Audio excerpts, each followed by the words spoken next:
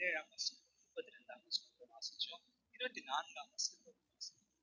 Ephesians 4:24.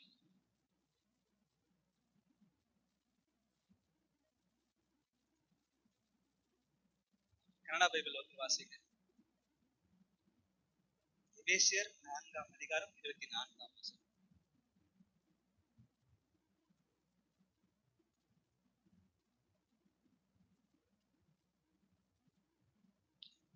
தமிழ்ல வாசிங்க.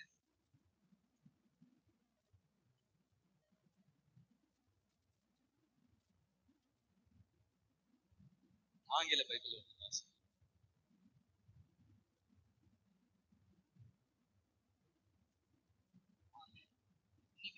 செய்தியில காலை ஜெபத்துல நம்ம எபேசியருக்கு எழுதின நிருபத்தை பார்க்கிறோம். இந்த நாலு நாளா நம்ம எபேசியர் 4ஆம் அதிகாரம் 16ஆம் வசனம் தியானிச்சிருக்கோம் இல்லைங்களா? அதனோட தொடர்ச்சியா 17ஆம் வசனம் வந்து கடைசி வசனம் வந்து இன்னைக்கு பார்க்க போறோம். இதுல ரெண்டு விஷயத்தை பத்தி அப்போஸ்தலனாகிய பவுல் பேசுறாரு. எந்த ரெண்டு விஷயம்? ஒண்ணு, புதிய மனிதனை தரித்துக் கொள்வது.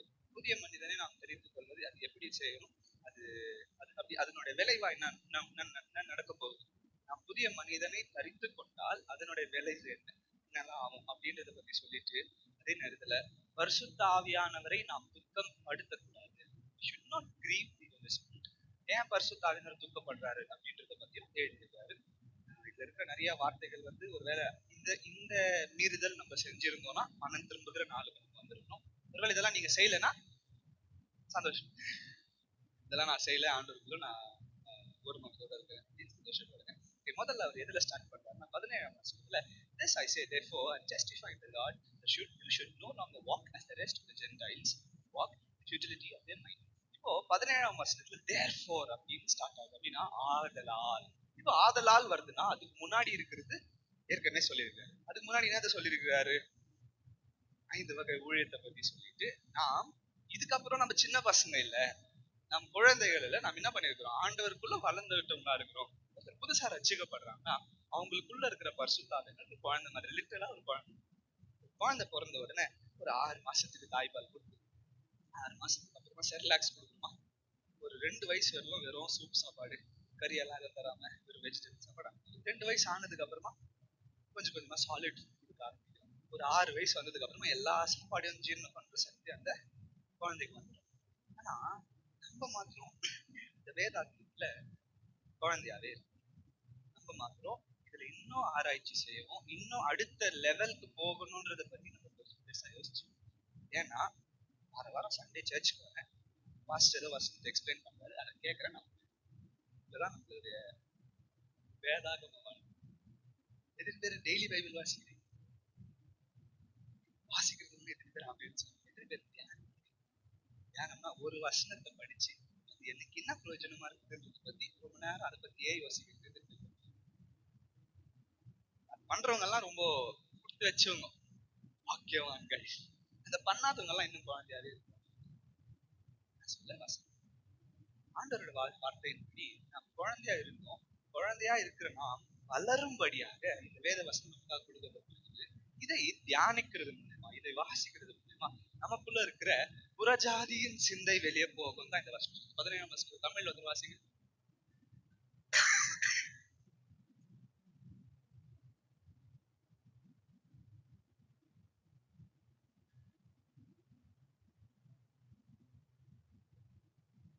நீங்கள் இனி நடவாமல் இருங்கள், மற்ற புறஜாதியினர் இந்த வீணான சிந்தையில் நடக்கிறது போல நீங்கள் இனி நடவாதீர்கள். ஓகே, இப்போ இந்த புறஜாதின்னு இந்த புத்தகத்துல இவ்வளோ டைம் யார் வருது அப்படின்னு பார்த்தோம்னா, முதல்ல இவங்களுடைய ஊரை பத்தியும் இவங்களோட ஊர்ல இருக்கிற ஹிஸ்டரிய பத்தியும் இவங்களோட சரித்திரத்தை பத்தி நம்ம தெரிஞ்சுக்கணும். இந்த ஊர்ல ஒரு ஃபேமஸ் கோயில், நம்ம ஊர்ல கூட இங்க இருந்து ஒரு 3 கிலோமீட்டர் போனோம்னா அங்க ஒரு பெரிய சிலை இருக்குது பாத்தீங்களா? உலகத்திலே பெரிய சிலை அங்கதான் இருக்கலாம், அந்த பர்டிகுலர் டிஎட்டி குலதெய்வத்துக்கு அங்கதான் பெரிய சிலை இருக்குதான். இந்த டைரக்ஷன்ல போன ஒரு சிலை வருது இல்லைங்களா? அந்த மாதிரி இந்த ஊர்ல எபேசுன்னு சொல்லக்கூடிய இந்த பட்டணத்துல டயானா அப்படின்னு சொல்லக்கூடிய ஒரு தேவதைக்கு கோயில் இருந்துச்சு. இந்த தேவதனுடைய வேலை என்னன்னா ஆல்மோஸ்ட் இதே சிலை போலதான், காடஸ் ஆஃப் ஃபர்டிலிட்டின்னு சொல்லுவாங்க. அப்படின்னா குழந்தை பாக்கியத்தின் தெய்வம் இது இந்த டயானா. அந்த கோயில்ல போயிட்டு நெருப்புல நடந்தா, மொட்டை அடிச்சா, குட்டி போட்டுனே நடந்து போனா குழந்தை பிறக்கும் அப்படின்றது அவங்களுடைய நம்பிக்கை. எபேசு பட்டணத்துல இருந்த நம்பிக்கை என்னன்னா, கோயிலுக்கு போனா குட்டி போட்டுனே போகணும், கோயிலுக்கு போனா மொட்டை அடிக்கணும். நம்ம ஊர்ல கூட அந்த நிறைய கோயில் இருக்குது இல்ல, ஏன் மொட்டை அடிச்சு அந்த கோயிலுக்கு போயிட்டு அப்படின்னு சொல்றது கேள்விப்பட்டிருக்கோம். அந்த மாதிரி எபேசுல இருந்த இந்த சபைக்கு இவர் ஏன் இதை எழுதுறாருன்னா, அந்த ஊர் அந்த ஊர்ல இந்த மாதிரியான ஒரு விஷயம் இருந்துச்சு. நிறைய விக்கிரக கோயில் இருந்துச்சு. நிறைய பேர் வந்து ரட்சிக்கப்பட்டுட்டும் சபையிலயும் அத்தியை செஞ்சு நின்னாங்க. சபைக்குள்ள வந்துட்டு வசனத்தை வாசிக்கிறதும் அது மேல தியானம் அதிகமா பண்றதுக்கு பதிலா கோயிலுக்கு முட்டி போட்டுலயே இருந்து வருது.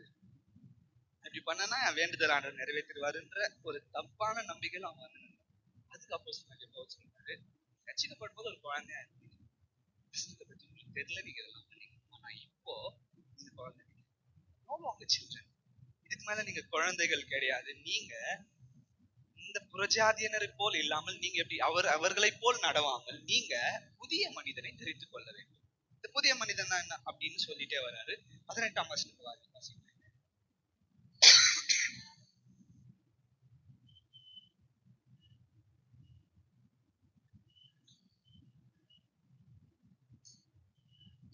ஆமென். இப்போ இந்த புறஜாதியினர் எல்லாம் என்ன பண்றாங்கன்னா, தேவனுடைய ஜீவனுக்கு அந்நியரா இருக்கிறாங்க.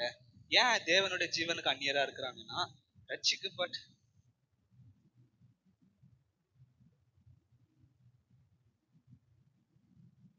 தேவனுடைய ஜீவன் இவங்களுக்குள்ள தேவனுடைய ஜீவன் வந்ததுக்கு அப்புறமாவும் ரட்சிக்கப்பட்டதுக்கு அப்புறமாவும் இவங்களுக்குள்ள இருக்கிற அந்த பழைய சிந்தைகள் இவங்களை விட்டு போல. இவங்க அதை அப்படியே மனசுல நினைச்சிட்டு இருக்காங்க. என் கோயில்ல நான் போகும்போது இப்படிதான் ஆராதனை பண்ணேன், இப்படிதான் நான் செஞ்சேன், நெருப்புல நடந்துதான் நான் போனேன், இப்படி எல்லாம் பண்ணாதான் கடவுள் கேட்குவாங்கன்னு எனக்கு சொல்லி கொடுத்து வளர்த்தாங்க. ஸோ இந்த கோயிலும் அப்படிதான் இருக்கும்னு நினைச்சேன் அப்படின்ற ஒரு சிந்தையில இருந்தவங்க. ஆனா அப்போஸ்தலனாகிய பவுல் சொல்றாரு, அந்த சிந்தையெல்லாம் விட்டுட்டு 19ஆம் வசனத்தை வாசிங்க.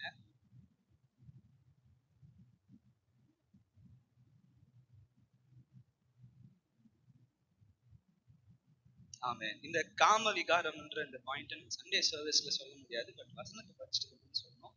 இந்த கோயில் குழந்தை பாக்கியம் கொடுக்குற கோயில்ன்றதுனால அந்த கோயிலுக்குள்ளவே தீமையானதை செய்யலாம். உங்களுடைய சரீர ரீதியான தீமைகளை அந்த கோயிலுக்குள்ளவே செய்யலாம். அதை அப்போஸ்தலனாகிய பவுல் ரொம்பவும் கண்டிக்கிறார். அதே எண்ணத்துல யாருக்கெல்லாம் வந்து குழந்தை பாக்கியம் வேணும்னு சபைக்குள்ள வந்தாங்களோ அந்த எதிர்பார்ப்போடவே சபைக்குள்ள வர ஆரம்பிச்சாங்க. இந்த மாதிரியான கெட்ட விஷயம்லாம் இந்த சபையில இருந்துச்சு. நிறைய நல்ல விஷயம் இருக்குது, இதையும் அவர் வந்து சொல்லிட்டு இவங்களை போல நீங்க இல்லாமல் being past feeling and given themselves unto இந்த எல்லா பாவங்களுக்கும் இந்த மீறுதல்களுக்கும் அவங்களை அவங்க ஒப்பு கொடுத்துட்டு இருக்காங்க. அவங்க ஒப்பு கொடுத்துட்டு அவங்களை போல் நீங்கள் இல்லாதபடி அப்படி நீங்க இருந்தீங்கன்னா அதுல இருந்து வெளியே வந்துட்டு 20ஆம் வசனத்தை வாசிங்க. இதுதான் ரொம்ப முக்கியமான விஷயம். நீங்களோ இவ்விதமாய் கிறிஸ்துவை கற்றுக்கொள்ளவில்லை, but all of you have not so learned Christ. இந்த மாதிரி நீங்க கிறிஸ்துவை கற்றுக்கொள்ளவில்லை. ஏன்னா உங்களுக்கு போதிச்ச பைபிள் டீச்சரு பைபிள்ல 13 புக்கு எழுதுற பைபிள் டீச்சர் அப்போஸ்தலனாகிய பவுல் பைபிள்ல 13 புக்கு எழுதியிருக்கிறார். உங்களோட டீச்சரு பைபிள்ல 13 புக்கு எழுதின பைபிள் டீச்சர். நான் உங்களுக்கு இயேசுநாதரை பத்தி இந்த வகையில நான் சொல்லிக்கல, நான் இந்த மாதிரி உங்களுக்கு சொல்ல. நீங்க கிறிஸ்துவை வித்தியாசமா தெரிந்து கொண்டீங்க. அதனோட விளைவா அடுத்த வசனத்தை பாருங்க.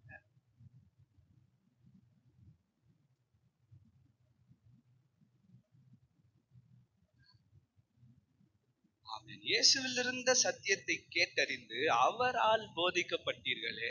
யோசிச்சு பாருங்க, இயேசுநாதர் உங்களுக்கு நேரடியா வந்து உங்களுக்கு சுவிசேஷத்தை சொன்னாரா? எபேசு ஜனங்களுக்கு இயேசுநாதர் நேரடியா வந்து சொன்னாரா? இல்ல. இயேசப்பா இவங்களை நேரடியா மீட் பண்ணி எல்லாம் சொல்ல, பவுலை சந்திச்சார். பவுலோட வாழ்க்கையை பார்த்தோம்னா கிறிஸ்தவர்களை கொலை செய்யும்படியா போயிட்டு இருந்தார், கிறிஸ்தவர்களை கொன்று குவிக்கும்படியா இந்த பவுல் போயிட்டு இருந்தார். எந்த அளவுக்குன்னா வீட்டுக்குள்ள உக்காந்து ஒருத்தர் ஜெபம் பண்றாங்கன்னா அவங்கள வீட்டுல இருந்து வெளியே இழுத்து ரோட்ல வெட்டுவாங்க.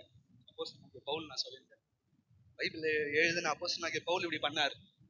யாராவது ஏசப்பாவை வீட்டுக்குள்ள வணங்கினாங்கன்னா அவங்களை வீட்டுல இருந்து வெளியே எடுத்துட்டு வந்து வெட்டுவாங்க. இந்த வேலையை செய்யறதுக்கு இவர் போயின்னு இருந்தாரு. ஏசப்பா வந்துட்டாரு, முகமுகமா காட்சி கொடுத்தாரு. ஏசப்பா முகமுகமா காட்சி கொடுத்த உடனே இவர் கேட்கிறாரு, நீங்க யாரு? நீ துன்பப்படுத்துகிற கிறிஸ்து நானே, நேசப்பா சொல்லுவார். உடனே இவர் என்ன சொல்றாரு தெரியுமா? சரி, இதுக்கு மேல நான் பண்ண மாட்டேன், நான் என்ன பண்ண சொல்லுங்க, என்ன போ, மத்தவங்களுக்கு சொல்லாத ஒரு விஷயத்த உங்ககிட்ட சொல்றேன். என் கூடவே இருந்த என் நண்பர்கள் யோவானுக்கு பேதுருக்கெல்லாம் சொல்லாத ஒரு விஷயத்த உங்ககிட்ட சொல்றேன். பிரஜாதியாருக்கு போய் சுவிசேஷத்தை அறிவின்னு சொல்றேன். இந்த இந்த பவுலும் அப்போஸ்தலனாகிய பவுலும் இயேசப்பா கிட்ட கேட்ட உடனே அந்த வேலையை செய்யறதுக்கு போயிட்டாரு. அதுக்கப்புறமா வந்ததுதான் இது எல்லாமே. நிருபங்கள் எல்லாம் கூட அதுக்கப்புறமா அவர் எழுதிருக்கார். இதை பார்த்தோம்னா கிறிஸ்துவை நாம் நேரடியா என்ன பண்ண அவரை பத்தி தெரிஞ்சுக்கிட்டோம், அவருடைய சத்தியத்தை பத்தி தெரிஞ்சுக்கிட்டோம், அவர் சத்தியம் உள்ளவர் அப்படின்றத பத்தி தெரிஞ்சுக்கிட்டோம். அடுத்த வசனம் பாத்தீங்கன்னா, that you put off concerning your former conduct.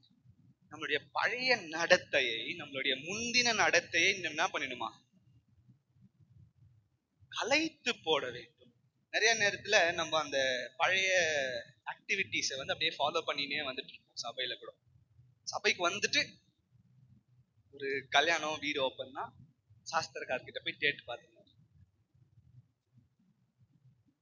சபைக்கு வந்துட்டு ஒரு குழந்தை பிறந்த உடனே ஜாதகக்காரர்கிட்ட போயிட்டு இந்த டைமுக்கு குழந்தை பிறந்துச்சு, இந்த டைமுக்கு அப்படின்னு சொல்லி.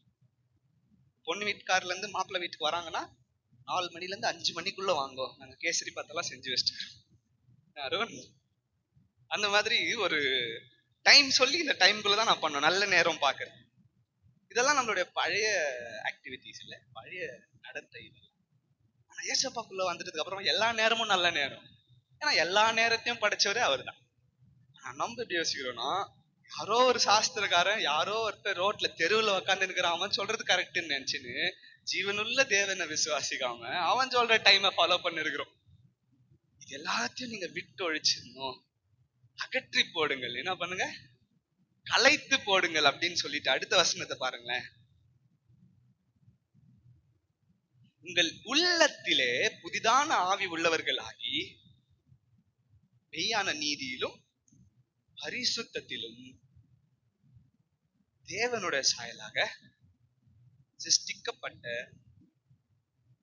புதிய மனுஷனை தரித்துக் கொள்ளுங்கள். இப்பதான் அந்த நியூ மேன் என்ற கான்செப்ட் வரார். புதிய மனிதனை நாம் தரித்துக் கொள்ள வேண்டும். எப்படி அந்த புதிய மனிதன்? இந்த குவாலிட்டிஸ் எல்லாம் இருக்கணும்.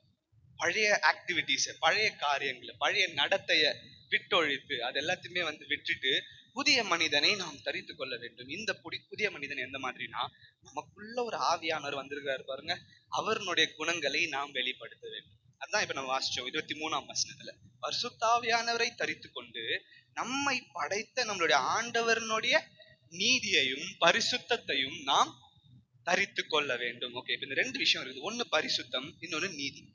பரிசுத்தம் அப்படின்னு சொன்னா சுத்தத்தினுடைய ஃபுல்லஸ்ட் எக்ஸ்டென்ட். சுத்தம் அப்படின்னா அதனுடைய கடைசி பகுதி இருக்குது பாருங்க, அதுதான் பரிசுத்தம். பைபிள் காலேஜ் பசங்க கிட்ட பேசும்போது ஒரு விஷயத்த டிஸ்கஸ் பண்ணுவோம், ஆண்டவருடைய பரிசுத்தத்தை பத்தி டிஸ்கஸ் பண்ணுவோம். இயேசுநாதர் நமக்காக மரிச்சார். இயேசுநாதனுடைய ரத்தத்துல நம்ம விசுவாசம் வைக்கிறதுனால நம்மளால பரலோகத்துக்கு போக முடியுது. இயேசுநாதர் நம்மளை பரலோகத்துக்கு கூட்டிட்டு போயிட்டதுக்கு அப்புறமா 1000 வருடம் நம்ம அரசாட்சி செய்ய போகிறார். 1000 வருஷம் ஏசப்பாவே நம்மளுக்கு ராஜாவா இருக்குவார். யோசிச்சு பாருங்க. இந்த ஐயா கூட உங்களுக்கு ஏற்கனவே சொல்லியிருக்காரு. உதாரணத்துக்கு எனக்கு யாரோ ஒருத்தர் மேல கோபம், அவங்கள அடிக்கணும்னு எனக்கு தோணுச்சுன்னா, எனக்கு தோணும் போதே டிவியில வந்துருமா. சம்பந்தப்பட்டவங்களும் அதை பாத்துருவாங்க, ஆண்டவரும் அதை பாத்துருவாரு, என் ஃப்ரெண்ட்ஸ் எல்லாம் அதை பாத்துருவாங்க. அடிக்கிறதுக்கு போகும்போது இல்ல, அடிக்கணும்னு மைண்டுக்கு வரும்போதே, எனக்கு தோணும் போதே டிவியில வந்துருமா. இப்ப இந்த ஆடியன்ஸ்ல ஒரு 10 பேர் எனக்கு பிடிக்கலவா, 10 பேரை டார்கெட் வச்சு நல்லா இருக்க மாட்டேன் அப்படின்னு ஒரு செய்தி நான் கொடுக்குறேன்னு வைங்களேன். இந்த 10 பேரை மனசுல வச்சுருந்தா நான் பேசுறேன் டிவியில வந்துச்சுன்னா மத்தவங்க எல்லாம் என்ன எப்படி பாக்குவீங்க? இந்த மாதிரி எந்த தப்பு நான் செய்யணும்னு நினைச்சாலும் டிவியில வந்துருமா, பெரிய ஸ்கிரீன்ல வந்துடும். பெரிய ஸ்கிரீன்ல நான் என்ன தப்பு செய்யணும்னு நினைக்கிறேனோ அது வந்துடும். 1000 வருடம் இயேசுநாதர் இந்த மாதிரி ஆளுகை செய்யறாராம். யோசிச்சு பாருங்க. ஒரு குற்றமும் செய்யாத அவரோட ரத்தம் எனக்காக சிந்தப்பட்டுச்சு, எனக்காக அடிக்கப்பட்டுச்சு. 1000 வருடம் அவர் எனக்காக ஆளுகை செய்யறாரு. அவரோட ஆளுகை கீழே பாவத்தை பத்தி கூட நினைக்காத நான் 1000 வருஷம் இருக்கிறேன். அப்படி இருந்தோம் பிதா விரும்புகிற பரிசுத்தத்தை நான் அடைய முடியாது சொல்லுது. இயேசுநாதர் எனக்காக மரிச்சாரு, அவரோட ரத்தத்தை நான் விசுவாசிக்கிறேன். ஒண்ணு. ரெண்டாவது, 1000 வருடம் அவரே அரசாட்சி செய்யறாரு. அப்படி செஞ்சோம் அவர் விரும்புற பரிசுத்தத்தை நான் அடைய முடியாது. அப்ப யோசிச்சு பாருங்க, அவர் எவ்வளவு பெரிய பரிசுத்தர். ஏசப்பா அவனோட ரத்தம் கூட என்ன பரிசுத்தப்படுத்த முடியலன்னா அப்ப அவர் எவ்வளவு பெரிய பரிசுத்தர், பிதா எவ்வளவு பெரிய பரிசுத்தர். புரியுதுங்களா நான் என்ன சொல்ல வரேன்னு? இதா எல்லாரையும் விட பரிசுத்தர். அந்த பரிசுத்தத்தை நாம் தரித்துக் கொள்ள வேண்டும். அப்போஸ்தலனாகிய பவுல் சொல்றார். அது மாத்திரம் இல்லாம அவருடைய நீதி எந்த அளவுக்கு நீதி தெரியுங்களா? இப்போ ஒரு நம்மளுடைய சட்டத்தின் படி கூட டாக்டர் அம்பேத்கர் நம்மளுடைய சட்டத்தை எழுதும்போது ஒரு விஷயம் எழுதுனார். என்னன்னா, ஒரு மனுஷன் கிட்ட இருந்து ஒரு பொருள் திருடு போயிடுச்சுன்னா, என்னோட போனை வந்து யாரோ திருடிட்டு போயிட்டாங்கன்னா 2 விஷயம் நடக்கணும். ஒண்ணு, திருடினவங்களுக்கு தண்டனை. 2வது, என் போன் எனக்கு திருப்பி கிடைக்கும். திருடனுக்கு தண்டனை கொடுக்கறது நியாயம். போன் எனக்கு திருப்பி கிடைக்கணும்ல, நான் இழந்துட்ட பொருள் எனக்கு திருப்பி கிடைக்கணும்ல, அதானே தர்மம். இதுதான் வந்து ஆண்டவர் சொல்றாரு. ஆண்டவருடைய நீதி எப்படி தெரியுங்களா? சற்றும் கூட அதுக்கு தகுதிவானா இல்லாதவங்களுக்கு கூட நன்மை செய்கிற ஒரு நீதி அவருக்கு.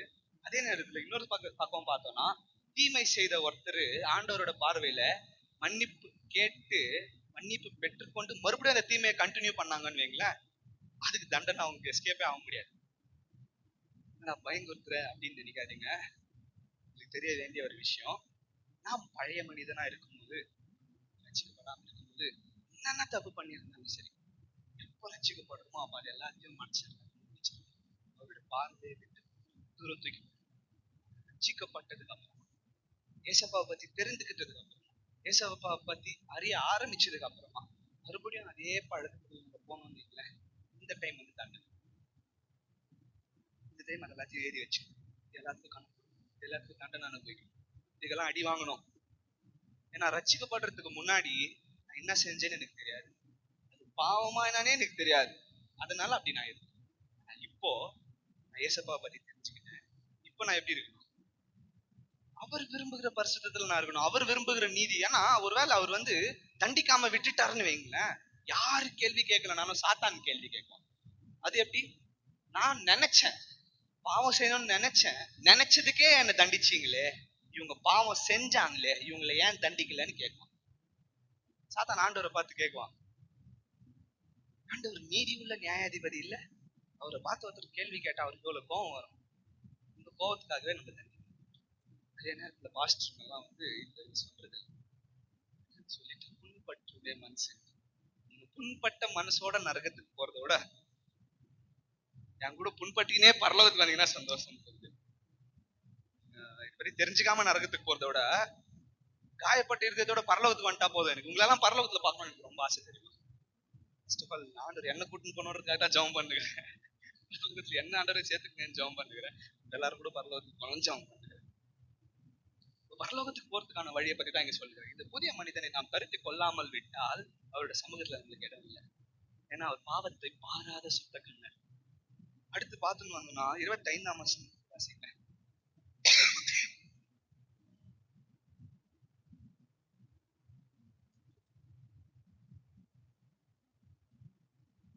ஆமென். பொய்யை கலைத்து அவனவன் பிறருடனே மெய்யை பேச கடவுள். நிறைய நேரத்துல நம்ம பொய் சொல்றது பழக்கமாயிடுது, கேஷுவலா அப்படியே வந்து அதனா அப்படியே நம்மளுக்கு சரளமா வந்தது, ஃப்ளூயண்டா வந்தது இல்ல.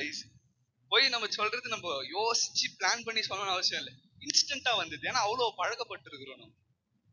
அப்போஸ்தலனாகிய பவுல் சொல்றாரு, இந்த பொய் பேசுற இந்த காரியத்தை, இந்த பழக்கத்தை விட்டு எல்லாரும் கூட என்ன பேசுங்க, மெய்யையே பேசுங்க, உண்மையே பேசுங்கன்னு சொல்லிட்டு, அடுத்து கோபமா இருந்தாலும் பாவம் செய்யாதீர்கள். நிறைய நேரத்துல இந்த மிஸ்டேக் நடக்கிறது எங்க அப்படின்னு பார்த்தோம்னா, நான் கரெக்டா இருந்தேன், நான் கரெக்டா இருக்கும்போது அவங்க கரெக்டா இல்ல, அதனால நானும் இப்ப தப்பு தான் பண்ண போறேன்.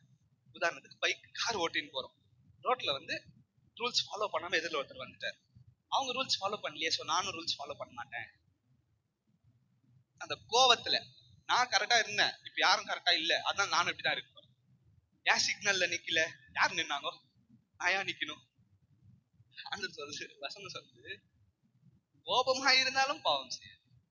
இங்கிலீஷ்ல பாத்தீங்கன்னா be angry but do not sin. Be all of you angry and do not sin. அதே நேரத்துல நம்ம என்ன செய்யணும், பைபிள் வந்து நம்ம கோவப்படவே கூடாதுன்னு சொல்லி இல்ல. இந்த வசனத்தின் படி பார்த்தோம்னா கோவமா இருங்க, ஆனா கோவத்துல பாவம் பண்ணாதீங்க. பாவத்தை வெறுங்கள், பாவியை வெறுக்காதீங்க. கோவமா இருக்கு, எனக்கு எனக்கு எனக்கு பர்சனலா எனக்கு எது பார்த்தா கோவம் வரும், சபைக்குள்ள உக்காந்து டெக்ஸ்ட் பண்ணிருப்பாங்க, பக்கத்துலயே உக்காந்து எது இங்க இருக்கிறவங்களே பார்த்துக்கிட்டு டெக்ஸ்ட் பண்ணுவாங்க, அது கோவம் வரும். வாரத்துக்கு 2 மணி நேரம் நம்ம அந்த 2 மணி நேரத்துலயும் மொபைலுக்கு நம்ம டைம் கொடுப்பீங்க. 24 மணி நேரம் எப்படி ஆண்டோட சமூகத்துல நம்மளால இருக்க முடியும்? பரலோகத்துக்கு போய்ட்டு 24 hours அவர் கூடவே இருக்கணுமே எப்படி? அங்க போன்லாம் புடிங்கி வச்சிருந்தா அனுப்புவார் உள்ள அவர். அங்க என்ன பண்ண போறோம்? அங்க வெறும் கையை பார்த்துட்டு போக வேண்டி. இந்த 2 மணி நேரம் கமிட்மெண்ட் கூட ஆண்டவருக்கு கொடுக்க முடியலன்னா 24 மணி நேரம் கமிட்மெண்ட் அவர் எப்படி உங்களுக்கு கொடுக்குவாரு? 2 மணி நேரம் ஆண்டவருக்கு கொடுக்க முடியலன்னா 24 மணி நேரம் உங்களை எப்படி சேர்த்துக்குவாரு? இதை பார்த்தா எனக்கு கோவம் வருது. அதனால நான் எல்லாரும் நோண்டுறாங்க நானும் நோண்டுறேன் அப்படின்னு நான் பண்ணேன். இந்த வாசல் சொல்றது கோவமா இருந்தாலும் என்ன பண்ணது, எல்லாரும் பண்றாங்க சோ நானும் பண்ணுவேன். உங்களுக்கு ஏன் சொல்றேன், 24 மணி நேரமும் ஆண்டவரோட சமூகத்துக்கு நம்ம இதுக்கு ஒரு ட்ரையல் தானே இந்த வாழ்க்கை. வாழ்க்கையில் இருக்கிற இந்த 70 வருஷம் 80 வருஷம் நம்ம வாழ்றது 24 மணி நேரமும் அவரோட சமூகத்துல இருக்கிறதுக்கு ஒரு ட்ரெய்லர். அப்ப இங்க நம்ம அதுக்கு ரெடியா இருக்கணும். புரியுதுங்களா? அடுத்த வசனத்தை பாருங்க. பிசாசுக்கு இடம் கொள்ளாமலும் இருங்கள். அடுத்த வசனம்,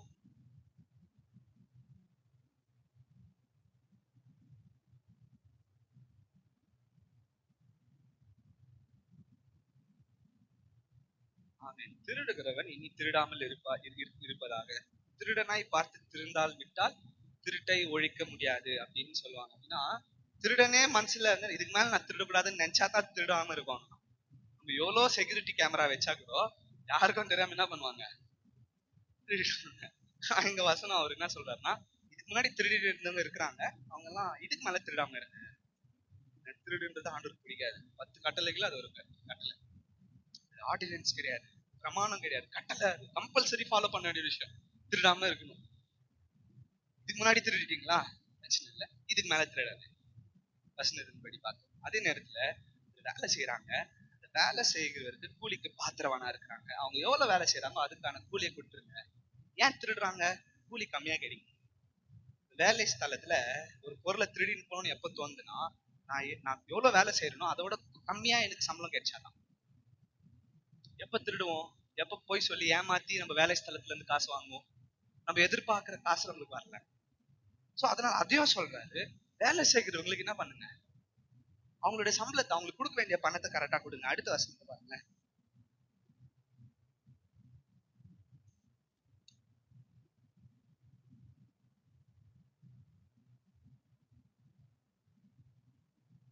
இது பத்தி நான் எதுவும் சொல்ல வேண்டிய அவசியம் இல்லை. நீங்க யாரும் அதெல்லாம் பேசுறது இல்லை.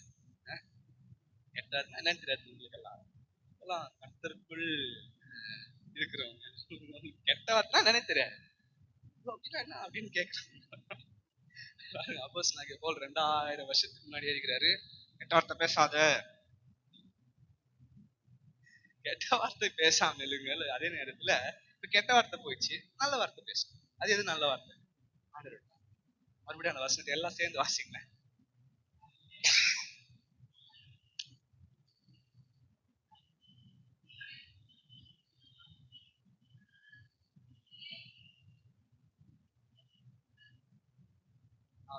நம்ம சொல்ற நல்ல வார்த்தை இன்னொருத்தருக்கு பிரயோஜனம் உள்ளபடி, அவங்களுக்கு பிரயோஜனமா இருக்கும்படி நம்ம என்ன பண்ணுமா, அந்த வார்த்தையை பேசணுமா. ஏன்னா நம்ம வாயில இருந்து கெட்ட வார்த்தை வந்து வந்து வந்து ரெண்டும் ஒரே இடத்துல வர்றது முடியாது.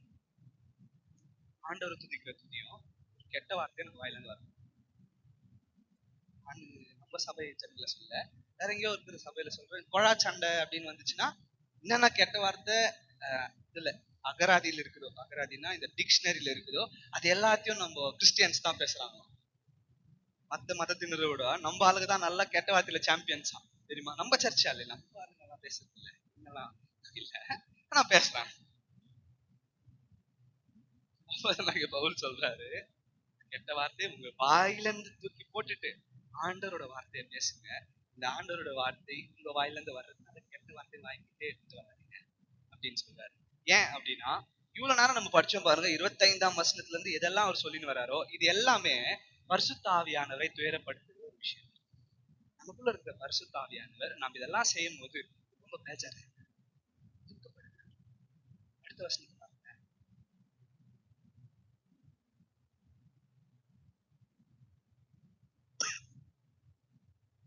சொல்றாரு பாருங்க, நாம் இதெல்லாம் செய்யறப்போ நமக்குள்ள இருக்கிற பரிசுத்த ஆவியானவர் துக்கப்படுகிறார். இந்த பரிசுத்த ஆவியானவர் ஒரு முத்திரை முத்திரை அப்படின்ற ஒரு வார்த்தை இருக்குது பாருங்க, சீல். அது என்ன சீல் அப்படின்றத பத்தி மாத்திரம் பார்த்து இன்னைக்கான செய்தியை நம்ம நிறைவேற்றலாம்.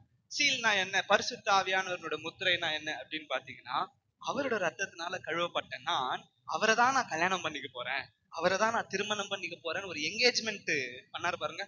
நம்ம ஊர் வழக்கத்துல என்கேஜ்மெண்ட் இந்த பூ முடிக்கிறதுன்னு சொல்லுவாங்க. இதுல எல்லாம் பார்த்தோம்னா, வெளிநாட்டுல எல்லாம் பார்த்தோம்னா மோதிரம் மாத்திப்பாங்க. என்கேஜ்மெண்ட் நிச்சயம் பண்ணிட்டு கல்யாணத்துக்கு கொஞ்ச நாளைக்கு முன்னாடி அந்த மோதிரம் மாத்துறாங்க பாருங்க. இந்த மோதிரம் தான் முத்திரைன்னு சொல்லுவாங்க. இந்த மாதிரி பரிசுத்த ஆவியானவர் எனக்குள்ள வந்தாரு பாருங்க, அதான் அவரோட முத்திரை. நமக்குள்ள பரிசுத்த ஆவியானவர் வந்தாரு பாருங்க, அதான் அவரோட முத்திரை. எதுக்காக இந்த முத்திரை நம்மளுக்குள்ள போட்டிருக்காரு அப்படின்னு நீங்க கேட்டீங்கன்னா, அவருடைய மனவாட்டி நம்ம ஏற்கனவே என்கேஜ்மெண்ட் ஆகிட்டு இருக்கிறோம், அவருக்கென்று பூ முடிக்கப்பட்டிருக்கிறோம், அவருக்கென்று திருமணத்துக்காக எங்கேஜ் ஆயிட்டு இருக்கிறோம் அப்படின்றத காட்டுறதுக்காக அந்த முத்திரையை நம்மளுக்கு கொடுத்தாரு. எந்த முத்திரையை? பரிசுத்த ஆவி என்னும் முத்திரையை நம்மளுக்கு கொடுத்தாரு. இப்போ நமக்குள்ள முத்திரையா வந்த பரிசுத்த ஆவியானவரை நாம் துயரப்படுத்தாமல் இருக்கோம். நமக்குள்ள அவர் வந்ததுக்கான நோக்கமே பரிசுத்தமா நம்மள குமாரன் முன்னாடி பிரசன்ட் பண்ணணும். பரிசுத்தமா என்ன பண்ணணும்? குமாரன் முன்னாடி நிறுத்தணும். எப்படி பாரு, நீ கல்யாணம் பண்ணிக்க போற இந்த பொண்ணு, இந்த பையன், நீ கல்யாணம் பண்ணிக்க போற இந்த பையன் நல்லவன் அப்படின்னு அவரு நம்மளுக்கு சர்டிபிகேட், அவர் நம்மளுக்கு சர்டிபிகேட் கொடுக்கணும். இந்த லிஸ்ட்ல இருந்துச்சு பாருங்க, இதெல்லாம் நம்ம செய்யணும். இதெல்லாம் செய்யாம இருந்தோம்னா அவர் நம்மளுக்கு அந்த சர்டிபிகேட். என்ன சர்டிபிகேட்? நீ லவ் பண்ண இந்த பொண்ணு இருக்குது பாரு, நீ நேசிச்சு உயிரை கொடுத்த இந்த பொண்ணு, கிடியன் என்ற இந்த பொண்ணு இருக்குது பாரு, மேரின்ற இந்த பொண்ணு இருக்குது பாரு, இந்த மாதிரி ஒவ்வொருத்தர் உங்களோட பேரை போட்டு வச்சுக்கோ. அம்முன்ற இந்த பொண்ணு இருக்குது பாரு, நீ நேசிச்சு இந்த பொண்ணுக்காக ஜீவனை கொடுத்த இந்த பொண்ணு, இந்த பொண்ணு நான் சொல்ற மாதிரி நடந்துக்குச்சு அப்படின்னு பரிசுத்தாவியானவர் நம்மளை பார்த்து சொல்லணும். அந்த முத்திரை அவர் நம்மளுக்கு. ஒரு வேளை இதுக்கு நம்ம தவறிட்டு இருந்தோம்னா ஒன்னும் தப்பு இல்லை, இதுக்கு மேல இப்படி இருக்குது ட்ரை, இதுக்கு முன்னாடி இப்படி இல்லாம இருக்குமா, இதுக்கு மேல இருக்குது ட்ரை பண்ண. அடுத்த வசனம்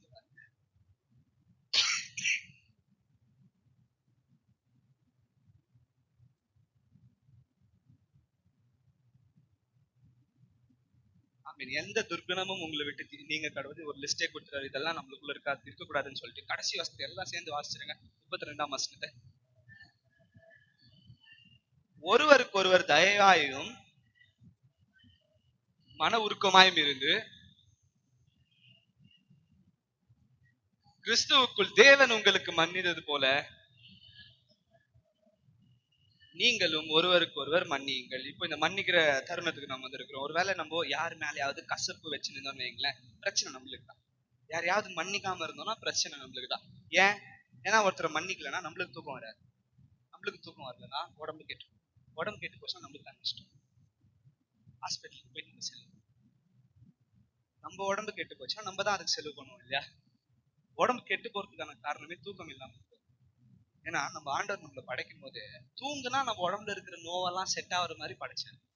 நம்ம உடம்புக்கு நோய் எதிர்ப்பு சக்தி இருக்கிறது, உடம்புல இருக்கிற வியாதிகளை அதுவே குணப்படுத்திக்க முடியும்ன்றது தான். ஏற்கனவே சொன்னல, கொரோனாக்கு மருந்து கிடையாது, நம்ம நோய் எதிர்ப்பு சக்தி தான் கொரோனாவை சுகப்படுத்தி. டாக்டர் இவங்க நர்ஸ் எல்லாம் கேளுங்க, கொரோனாக்கு மருந்து இருக்குதா? வேக்சின் தான் இருக்கு. ஆனா எப்படி சுகம் ஆகுது? நமக்குள்ள இருக்கிற நோய் எதிர்ப்பு சக்தி, இந்த நோய் எதிர்ப்பு சக்தி இருக்கிறதுனால நம்மளோட வியாதினா அது சுகமாகும். இது நோய் எதிர்ப்பு சக்தி எப்ப தெரியுமா ஆக்டிவா இருக்கும்? ரெஸ்ட்ல இருக்கு. நம்மளை பொறுத்த வரைக்கும் ரெஸ்ட்னா வீட்டுல சமைக்கிறதுக்கு பதிலா பக்கத்து வீட்டுக்காரர்கிட்ட போய் உட்காந்துன்னு அவங்க வீட்டு கதை, இவங்க வீட்டு கதை, இவங்க இப்படி பண்ணாங்க அவங்க அப்படி பண்ணாங்கன்னு பேசுறதுதான் நம்மளோட ரெஸ்ட். காசிப் தான் நம்மளுக்கு ரெஸ்ட்.